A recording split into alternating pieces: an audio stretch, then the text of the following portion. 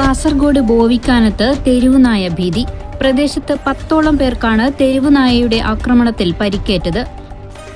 വഴി നടന്നു പോയവർക്കും വ്യാപാര സ്ഥാപനങ്ങളിലെത്തിയവർക്കും നേരെയാണ് നായയുടെ ആക്രമണമുണ്ടായത്. ഒരു സ്ത്രീയുടെ മുഖത്തേക്ക് തെരുവുനായ ചാടിക്കഴിക്കുന്നതിന്റെ CCTV ദൃശ്യങ്ങളാണിപ്പോൾ പുറത്തു വന്നിട്ടുള്ളത്. വീണുകിട്ടിയ ഇരയെ എന്നവണ്ണം സ്ത്രീയുടെ കഴുത്തിലും മുഖത്തുമാണ് നായ ആഞ്ഞുകടിച്ചത്.